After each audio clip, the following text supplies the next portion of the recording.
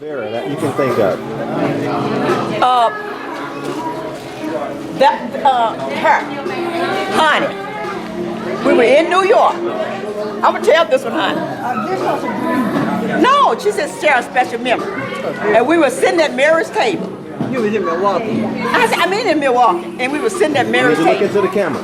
And we were sitting at Mary's table. And honey came through Mary's living room. And when she got in the kitchen, Vera told us, I thought that was a Mack truck coming through the And I expected Honey to react different. Honey just walked up to us, I love you too, Aunt Vera. That got away with her so bad. Mary, can you share a special memory of Aunt Vera? I have one, but I don't think I can tell it. Okay. I can't put it on camera. Uncle Arb, you have a special memory you want to share? You want to share a special memory of Aunt Vera? Yes, I do. She was very outspoken, and she didn't care if she hurt your feelings or not. Amen. And she stayed on me. One thing she said about me, I wasn't allowed in New York. See, I had to lose 150 pounds before I got to New York. Amen. She was honest. Guess what? I ain't lost 150 pounds, so that's why I ain't been in New York. That's good, honey. That's good.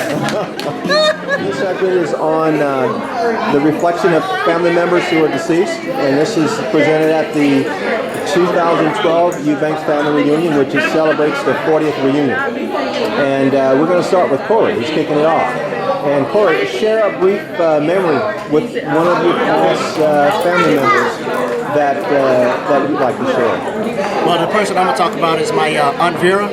I can remember growing up as a kid, about 6 or 7 years old. There was a friend of the family named Tad, I believe was his name. But anyway, he was a friend of the family, and for the longest time, I always thought Tad was Aunt Vera's husband. So as I was growing up and everything, I always be like, hey, you guys remember Aunt Vera's husband? And, who's that guy, Aunt Vera's husband, that guy right there. And everybody would be like, Aunt Vera's not married. I'd be like, oh yeah, Aunt Vera's married. She's married to that guy over there. And I was like, because every time he's around, Aunt Vera's real nice. She's hugging on you, she's loving on you and everything. And I can remember, as growing up as a kid, all the kids would go around the back if Aunt Vera was in the front room or whatever to avoid Aunt Vera. So one time I came in through the front, I didn't know Aunt Vera was up front, and she stopped me. I was like 6 or 7, and she picks me up and she's holding me in her arms like I'm a baby, holding my head up, so my neck up, so I can hold my head up, but I'm 6 or 7 years old. And I'm like, why is Aunt Vera being so nice to me? But then I looked over and there's who I thought was her husband. But now, lately I found out that was just a friend of the family named Tad. So anyway, that's my reflection on Aunt Vera or whatever. And God rest her soul. I loved her. She was a great person, and that's pretty much all I have to say. Thank you. Hi there, I'm Jackie, and I'm going to piggyback off of Corey's story. I'm going to have 2 short ones. I'm going to start with Aunt Vera, because like Corey mentioned, we did used to avoid Aunt Vera, because Aunt Vera used to force us to give her a hug and a kiss. And as kids, we weren't trying to hug or kiss, but we always knew there was one auntie that we would have to hug and kiss. But it's amazing how God works, because as I got older and became a woman, I learned to treasure those moments, those hugs and those kisses with one of my favorite aunts, and that's Aunt Vera. I truly miss Aunt Vera, although she's still with me in spirit, and I just want her soul to rest in peace and always have proud moments and memories of our Aunt Vera. Then I'm going to switch gears on you. I have a cousin, Yolanda Lynn Nida. Back at the White House, many years ago, we were probably 11 and 8. And this is probably around the time in the summer. I'm going to go with July, when it's real hot, therefore the grass is real dry. And Lynn and I are outside in front of the White House, just below the steps, and we're playing with sparkles. Got the sparkles lit, and we're twirling and twirling and twirling. And I'm not going to say which one, but one of us dropped our sparkle on the ground, and the grass caught on fire. Now Tony, and I do believe it was Brad, were also outside, and they were playing catch. Now Lynn and I are panicking because the grass is literally burning. And I remember calling out to my big brother, Tony, saying, look, the grass is on fire. He turned around, looked, and turned right back around and continued to throw that ball to Brad. And I remember thinking, we're going to get killed for burning up this grass. And Big Daddy, being the Big Daddy that he is, just came out and was like, babies, don't worry about it. Put the fire out and assured us all was well, and it really was. Great memories with my family that has gone on to glory. Big Daddy, Lynn, Aunt Vera, Uncle William, Uncle Jim, Uncle Bobby, Cousin Stacy, just Aunt Stella. 40 years of a tradition is awesome, but it's more of a thrill to know that though they're not with us in the body, they're definitely with us in spirit. Thank you, Jackie. Yes. I would like to say some of the fun memories that I had with Vera come and stand with me every night. She stayed with us quite a few times during the 90s. During the family reunion, and Mary would always call me, well, Vera's coming to town, J.E., so you got to go pick her up at the airport. And I never forget this one year. I think it was like about 1999, and Vera was like laid off from a job, but anyway, she was going to stay almost 2 weeks. And that's when I began to say, 2 weeks with us? And the story goes, so she did. I picked her up maybe on a Thursday. We went through the family reunion that weekend, and then she got to be with us all the next week. And I'm going to get through this. I was on vacation that week, and after my vacation, I was going to work the following week, that Monday, after about the 11th day maybe. And Vera was leaving that same day, going back to New York. So when I go to work and when I come back home that evening from work, I know someone has picked Vera up and took her to the airport. But as I opened the door and walked in my front door, as soon as I walked in the door, I heard somebody say, "Hi, John." And I just said, "Oh Lord, what is this?"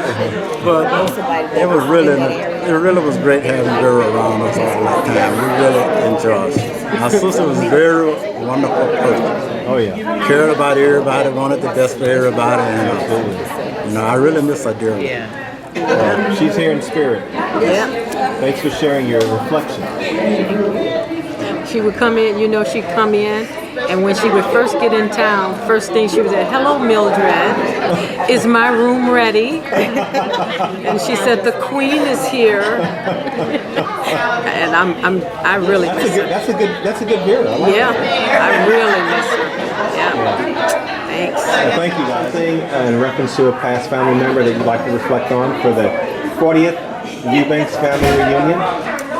Yes, I would like to pay tribute to my Aunt Vera, and I never had the opportunity to tell her, but if she's listening, which I'm sure she's with us today in spirit, that I really appreciate her.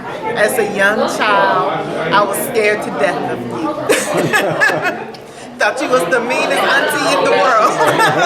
But as I got older, I learned to respect your opinion and appreciate you as an independent woman.